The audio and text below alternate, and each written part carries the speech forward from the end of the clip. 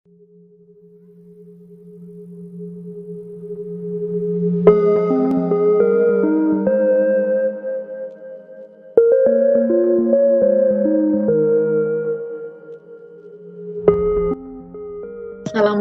warahmatullahi wabarakatuh. Perkenalkan, nama saya Asmita, NIM A1C3-19018, kelas reguler A Pendidikan Fisika Universitas Jambi.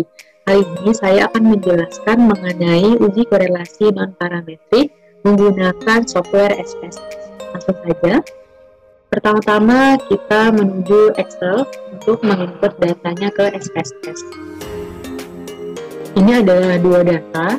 Ada data motivasi belajar dan hasil belajar siswa 11 IPA 2 berdasarkan observasi di SMA 8 dan Medan Bogor.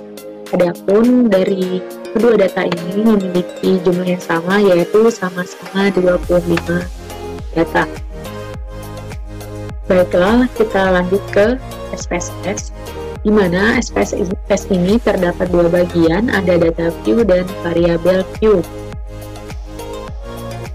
Pertama, kita menggunakan variable view, di mana untuk bagian pertama, pada kolom name itu kita masukkan simbol yang telah kita buat. Untuk motivasi belajar itu adalah X, dan untuk urutan kedua itu adalah Y, simbol dari hasil belajar.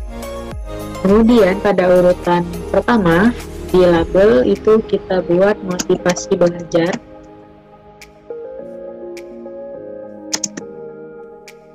Lalu untuk label yang kedua itu hasil belajar. Kemudian kita kembali ke data view. Setelah itu kita input data dari Excel ke SPSS.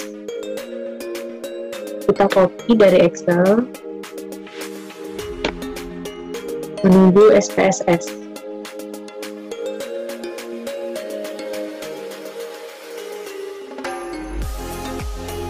Setelah itu untuk variabel Y kita copy lagi dari Excel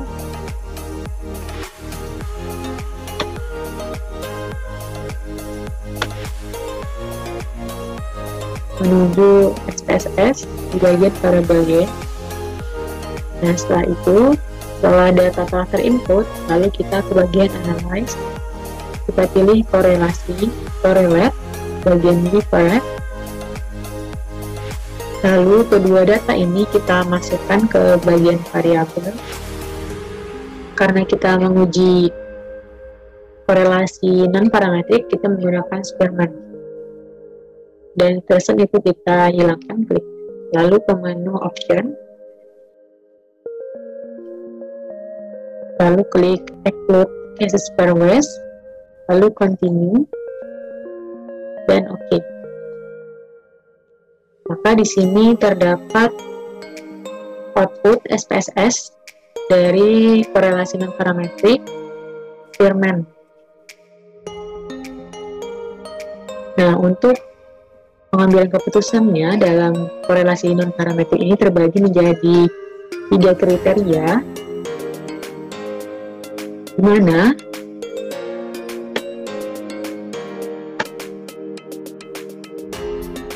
kriteria pertama itu ada kriteria tingkat kekuatan korelasi, kedua ada kriteria arah korelasi, dan kriteria signifikansi korelasi.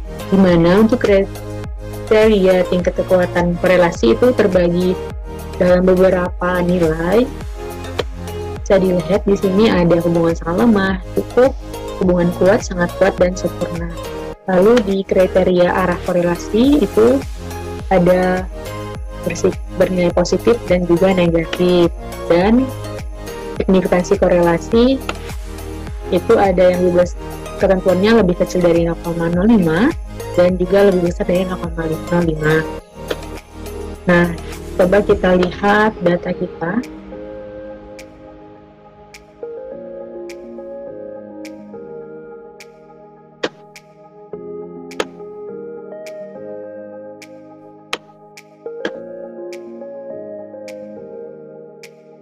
Pertama kita bandingkan dulu di bagaimana kriteria tingkat kekuatan korelasinya.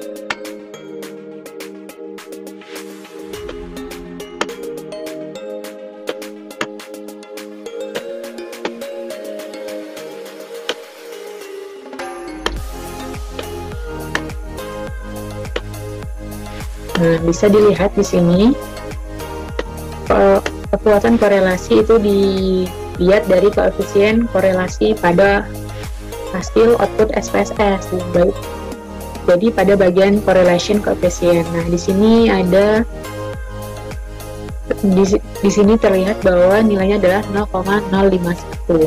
Nah, jika dilihat dari ketentuannya bahwa 0,051 itu terdapat pada bagian poin ketiga, yaitu hubungan kuat dengan rentang nilai 0,51 sampai 0,75. Nah, setelah itu kita lihat dari arah kriteria arah korelasinya.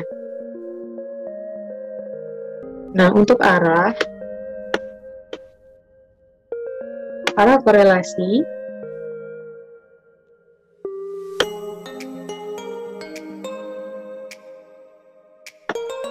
arah korelasi dilihat pada angka koefisien korelasinya. Nah, jadi di sini kita lihat koefisien korelasinya bernilai positif 0,51. Maka dari itu arahnya adalah positif. Arti dari positif itu adalah hubungan kedua variabel itu dikatakan searah. Nah, searah ini bagaimana ya maksudnya? Yaitu jika variabel X itu meningkat, maka variabel Y-nya juga akan meningkat. Begitu juga sebaliknya. Nah, setelah itu kita lihat dari kriteria signifikansi korelasi. Nah, untuk nilai